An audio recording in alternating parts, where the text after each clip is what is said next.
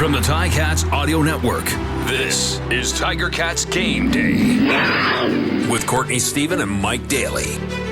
Welcome to Tiger Cats Game Day on the Ticats Audio Network. It is week 10 and the Ticats are in Montreal searching for win number 3 against the 7-1 Montreal Alouettes. It is a back-to-back game and Mike Daly is here to tell us exactly how the Ticats need to approach this one to make sure what happened last week doesn't happen this week. So Mike, if you're in the locker room before the game, what's the message that Coach Milanovic is giving to this team? Yeah, man. Hey, listen, it's nice to be back and throw it back old school court on game day with you, man. Ooh. Get back in the OGs for a second. Get back to our roots. Yeah. But hey, man, listen, with the back-to-backs and with Scott Milanovic and his messaging, I don't think there really needs to be much from Coach Milanovic because the Ticats internally are going to look at that last game against Montreal at Tim Hortons Field and say, hey, like, we got our butts whooped, right? At the end of the game, it was embarrassing at the end, and we can't go out like that. And I don't know about you, Court, but I've had this feeling that teams have this letdown after a big win. So I'm looking at Montreal right now, right? It was close at halftime. And then they pull it out, and Davis Alexander does well. And, you know, they made some plays down the stretch. That was Montreal. And all of a sudden now they think they can easily beat the Ticats coming into this game. But from a team that, you know, feels they need to play a lot better to a team that is overconfident, I feel that's a perfect setup for one of those letdowns for Montreal and for the Ticats to get right back into this thing where we can talk about now, okay, they're moving up in the East and we're looking okay for playoffs. But yeah, that's how I'm feeling. I'm not sure about you if you feel that same thing with those letdown games. Well, I mean, this is why they roll the ball out there and play the game, because at the end of the day, anything can happen. And nobody is running away before Labor Day, meaning, yes, Montreal is 7-1, but they haven't clinched first place. They're only 2 wins ahead of Ottawa, who has 5. Toronto then in the next spot, and then Hamilton not too far behind. So while it does feel at times, man, we really can't get a break, it's still right there. And playing these divisional games really counts for 2. So if Hamilton can pull it out today against Montreal, that's huge. You know, Toronto and Ottawa are cheering for Hamilton today to keep this division tight, because down to the wire at the end of the year, you're going to look at these division games and say, man, those are the ones that we let get away. So going against the same team twice in a row, how does that change your prep as a player? I mean, you've already got the cut-ups from entering into the first game. You're looking at all of the first down tendencies, the second down tendencies. What are you doing differently heading into the second game in your preparation as compared to heading into that first game of a doubleheader? Yeah, it's more like self-review. So for those who don't really know how it works, is you play a game, then you have one film session of, you know, what might be an hour to 2 hours to review that game film. And then the next day, that first day of practice, you're just on to the new team. So you only really get to see, you get through the entire game film, but only one time, really. And you get those coaching points and you see what you need to fix.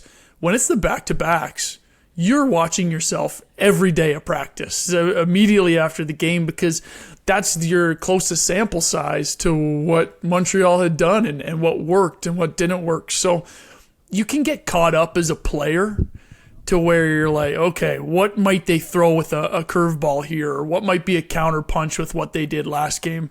And that might get you a little distracted.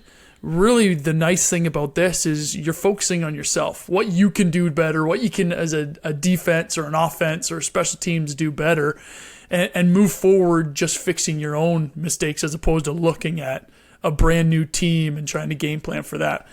Leave the coaching up to those counter punches and stuff like that. The players can focus on themselves and say, hey, listen, if I didn't bring it enough, right, if I wasn't physical enough, if I was playing too finesse, that's what I got to work on. And that was the nice thing about the back-to-backs, Court, is we just got to watch ourselves essentially for 4 or 5 days straight. And that was a perfect time for some self-reflection. So I know there's a lot of self-reflection going on in that locker room. self-reflection, soul searching, and meditation, all the whole 9 yards. People are looking for answers, and internal, external, whatever it may be. There's definitely got to be some self-scout. And I think as a player, the one thing I used to do is, you look at the schemes and you look at the concepts of the plays, but then you also study the matchups, as in how does this one player do certain things, and you also study the techniques of what does this player do, what technique does this player do when they're running a certain route, or if they're running into a bunch formation, do they give it away early, or what are some tendencies I can look for certain people on the side of the ball together versus being split on other sides of the ball when they're usually not together. So when you're playing the back-to-back, a lot of that stuff reveals itself more, and especially down in the fourth quarter when you're not as cute with the game, or in the second half when all of the things that you entered the game with on script, those are out the window and you're just getting down to your routine. It reveals itself. So I'd be looking for the Ticats to see how did Montreal capitalize on the second downs that they did. And what were they taking advantage of against the Ticats on second down to allow them to continue drives? And maybe they try and tighten that up. Or where were the gaps that Montreal was hitting in the ground game that Ticats were having an issue clogging up? Was it that they were catching them in the B gaps that was opposite of the defensive tackle every time? Like, looking for those tendencies and self-scouting, I think that will be a big key. And really that comes down to, that's the coaching battle, right? That's not really on the players as much as it is on the coaches to strategically pull it together. But the Ticats on paper, they've been putting up numbers on offense. A lot of the woes have been from big plays missed and turnovers on offense, and then the defense not being able to get off the field. What does the Ticats have to do this week to turn things around? Yeah, you mentioned on offense, and this was the first game that I thought the Ticats offense was not the bright focal point. Now, I know it wasn't a great game for the Ticats as a whole, but the Ticats offense has been playing pretty well. Bo Levi Mitchell is doing unbelievably, leading the league now in passing yards. I believe he's got 4 receivers that are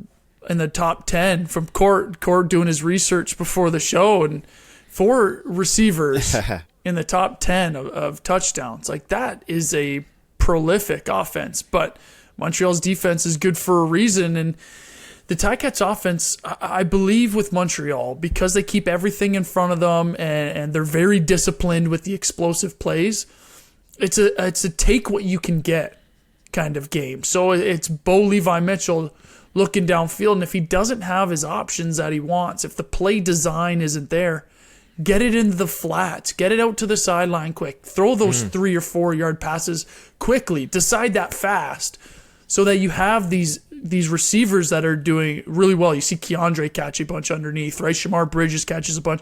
James Butler in the open field. If you can get it to them quick, all it takes is one miss, and now you're turning that 1st and 10 into another first down, or that 2nd and 5 into a first down. And that's what you have to take game or play after play this entire game, because Montreal, we've played in a defense like this where it's top down, protect the end zone, keep everything in front of you, and all you do is you wait for the offense to get greedy, and that's where you go make your plays.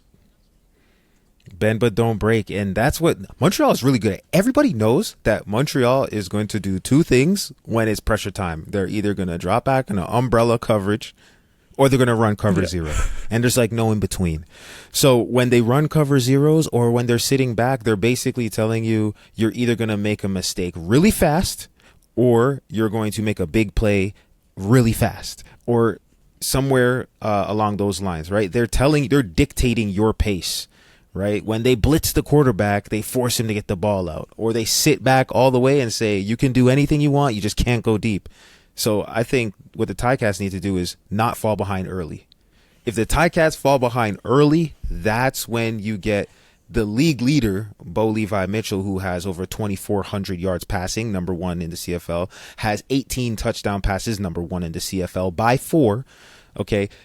Then he begins to try and put the team on his shoulders, and it doesn't need to be all him by himself. But if you're down by 2-3 scores, that's when a quarterback tries to be a quarterback. So I think it's critical that the Ticats play this game from within one score all the way through. Otherwise, that's when you might see people pressing and trying to do a little bit too much, because this is a bend but don't break defense, exactly like you said. And, they've got to take what that defense gives them. But, speaking of defense, there's some new faces on this Ticats defense in this week. And one of the key players that has been instrumental on this team so far, one of the shining bright spots on this defense was Jamal Peters. He is not in the lineup today, being replaced by a rookie coming in, and that's number 25, Rogers. Rogers is playing next to Talbot, who's also a young guy in the secondary. So just knowing the dynamic of being in that boundary with the boundary corner and the boundary half, that's where the other team puts their best players. What are those guys up against in this game? Yeah, things in the Ticats boundary. Things move fast on the boundary side, on the short side of the field with that boundary corner and boundary half. You need to be on your P's and Q's when you're over there, because it's happening quick. The ball is coming out fast, and you need to see plays before they happen. And that's why Jamal Peters is doing so well over there. He's seeing every offensive concept that the CFL has to offer, and he's been studying receivers, like you were saying, where if he's going to break out at 5 yards, I know he's going to start throttling down at 3 or 4, and I can get ready to jump it, right? It's one of those things. And when you got two new guys in there where, Talbert's played a couple games now, but he's trying to still get his footing underneath them, and Cordell Rogers is in there getting his first taste of action.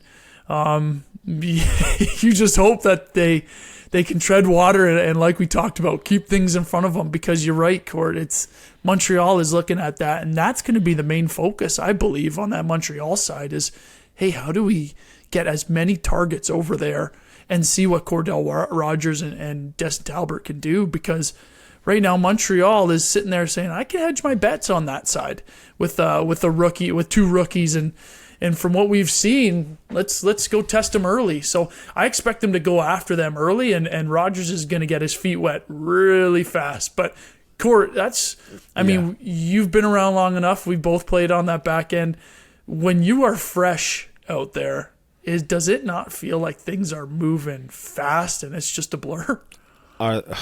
They're moving fast, and I did misspeak. Cordell Rogers, this is his second year, but I mean, first in the starting lineup, same but different. I mean, they're going to be coming at him with everything in the books, meaning putting a tight end on the line of scrimmage or inverting the slot receiver and getting that boundary receiver to get a full head of steam running straight at him. They're going to be crossing at the line of scrimmage, making them communicate between each other, who has who, pointing out their man to test their communication. They're also going to give them floods. They're going to bring 3 receivers over to a zone, and they're going to put the back in the flat right away to test their discipline. If they're creeping up, if he's sinking back, they're going to run the ball out there, make him make open field tackles. It's going to be a long day. But the way that you shut that down is when the play comes your way, make it the first time. If you make the play the first time, all of that stuff is shut down right away, and they're going to go somewhere else. Otherwise, you're going to get a plate full of Tyson Philpott, because he is the second leading receiver in the CFL in yards and touchdowns. 5 touchdowns on the year, over 770 yards. This guy's not to be slept on. He's got wheels, and he'll run past you. Now, Rogers is only 5'11", so that deep ball might as well be 50-50. He's got to prove it otherwise, and I'm interested to see how he responds, because like you said, things move fast, the lights are bright, and in the big leagues, there's no time to warm up. It's like that starter's pistol goes and it's off to the races. So I'm very interested to see that matchup in the boundary, that rotation of Reggie White Jr. and Tyson Philpott. They're definitely going to be licking their chops. Well, and that's where Montreal's offense makes her hay, right? Is they're a slow, grinded out offense, and then when they feel that they're ready and the defense is pressing a little bit, they go downtown. They put a receiver, like you said, in that motion, get him a full 20-yard sprint before the ball's even snapped, and he is over the top of everything. And it's, hey, DBs, are you still awake back there? And that's why Montreal, they have so many big plays on offense. And I know it's a different quarterback than what it's been all season with Davis Alexander, but he showed that he could make those big throws last game and the SAS game before. So expect that nice and early for that boundary side, as a few of those bombs to test him. Yeah, and so one thing you can do to combat that is you got a field general at the back who can, keep the top on the defense and make sure everybody's lined up. And for the Ticats, that would be Panabaker, who is the free safety. Now, as a young guy there, he's got a lot on his shoulders to make sure the rest of this DB core is in sync, playing on one mind, step for step with each other. Opposite side of the ball, you got Marc-Antoine Dequoy, who is arguably like the best safety in the CFL right now. I think he's got speed. He's not afraid to hit. He goes and gets the ball. How do you compare and contrast these two guys and the role that they have to play in their two defenses? I don't think you can compare them right now, Court. It's a tough thing because Robert Panabaker, he's going to be looking at that last week's film and say, hey, there was some opportunities that I had to make a play, and I need to make these this game. I know there's some that he left out there on the field, but he's also, like we talked about on that boundary side, still getting his feet wet. Stavros started the season, and Robert now has only had 2 games starting. So I believe he's still got to fix some things, but what he is doing a great job at, and you can see it on the field, is he is getting people lined up. So when you have a younger boundary side like that, he is able to communicate, and you know how important it is back there, Court, at that free safety spot to make sure everyone's on the same page, because if you're not on the same page, that's when busts happen, right? And that's where the touchdowns come into play. So having him back there, getting a little more comfortable with those communication pieces is nice, but I know he wants some opportunities to make the play on the ball. And you know what I'm waiting for, Court, is a breakout game, and I can't wait to see it this game, by Richard Leonard. Richard Leonard, we know he has it in him to make big-time splash plays that can turn a game, and that's who I'm anticipating this game to break out. He's seen Montreal now. He, like you said, you're starting to see how receivers run routes. You're starting to see their mannerisms. That's a guy that'll take advantage of that kind of stuff. Yeah, and he's the one who can do it. Last season, he had a pick 6 in Calgary that really helped them get into a position to win that game. They won on a final drive with a dramatic pass to Tim White in the end zone. Last week, there was a pick 6 by Kenneth George Jr., which should have set the Ticats up to have a favorable position in this last matchup, but that wasn't enough. Unfortunately, though, you can't do less than you did. You have to do at least that much to stay in this game, because Montreal is one of the top 2 teams in the CFL. So you do need to win in 3 phases of the game to be competitive in that last 3 minutes of the game. So Richard Leonard stepping up, being the veteran he is, playing in the biggest game. It's a division game. Having his best game of the year would be right on time. And also, I think that would help the rest of the defense around him get some confidence. So let's talk about this Ticats offense one more time. We talked about Bo. He's got a lot of yards, a lot of touchdowns. James Butler has got to be a huge factor in this one. Do you think that they come out and give him a heavy dose on the ground and in the screen game? When they do that, they tend to have success? Or do you think that this is, we just have to get some big plays and some momentum? So whether that's returns or whether that's Tim White, what's the game plan here to get on the board for the Ticats? Yeah, and I wish I had some more inside information for you, but the biggest thing, and I thought this was going to be a game plan piece for the first time against Montreal, is as good as their defense is, they are giving up quite a few yards rushing. They are not great against the run. And I'll go back to where I was saying the offense needs to stay patient and take what's available for them.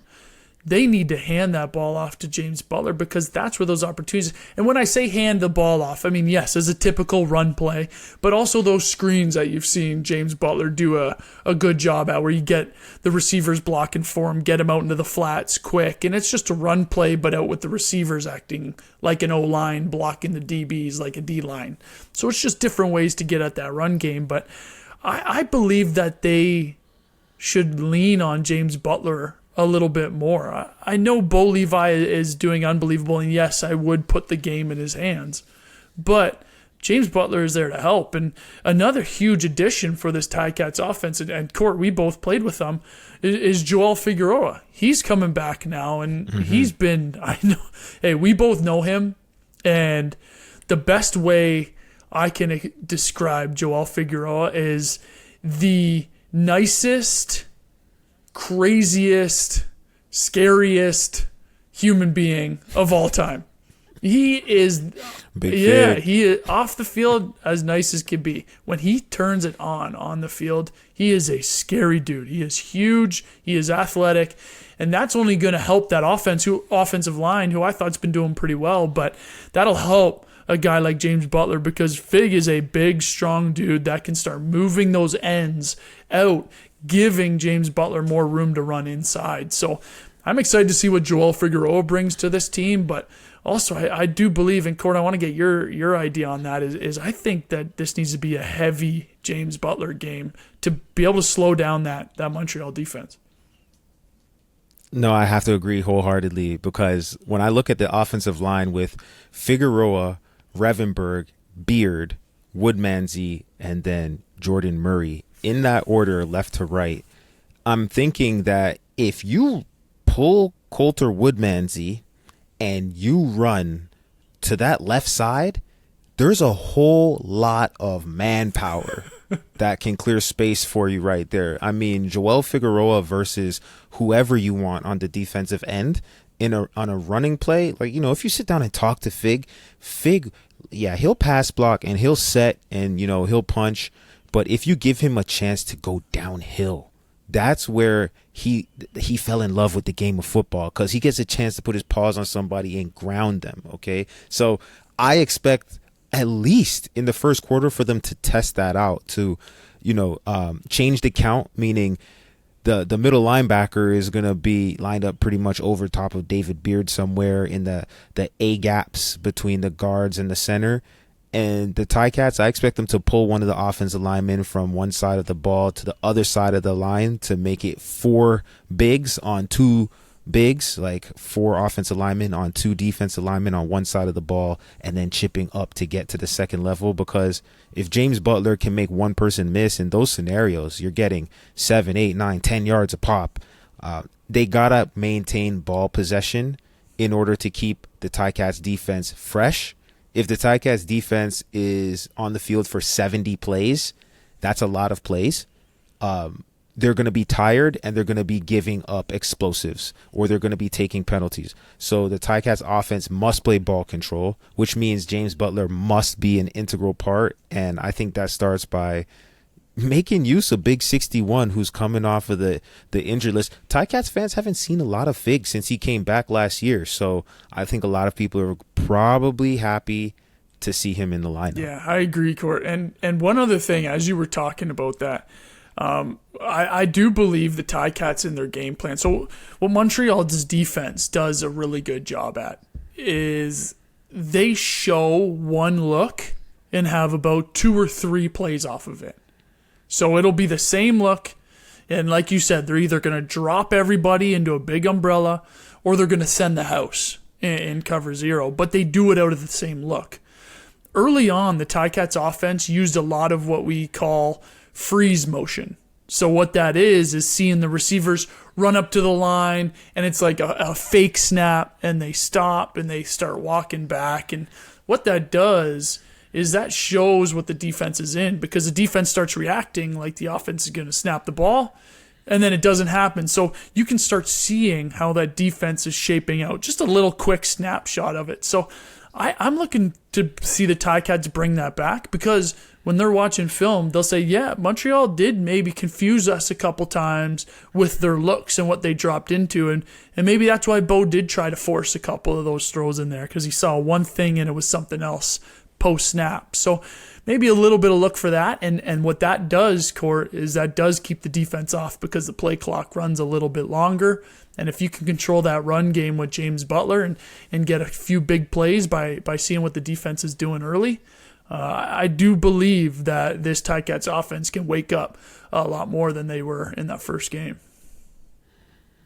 Well, hopefully the Ticats offense and defense woke up this morning and drank their Tim Hortons coffee, and it had a double shot of caffeine, because they're going to need all the energy tonight at Percival Molson, 7 p.m. Eastern, against the 7-1 Montreal Alouettes. Now, this is going to be a tough one. It's a division battle, but when the Ticats are on the road, anything is possible. So if you're not going to be in Montreal, you know where you can check out the game. It's ticats.ca/listen. And you know we started this thing right here, me and Mike Daly. So appreciate you tuning in. This is Tiger Cats Game Day.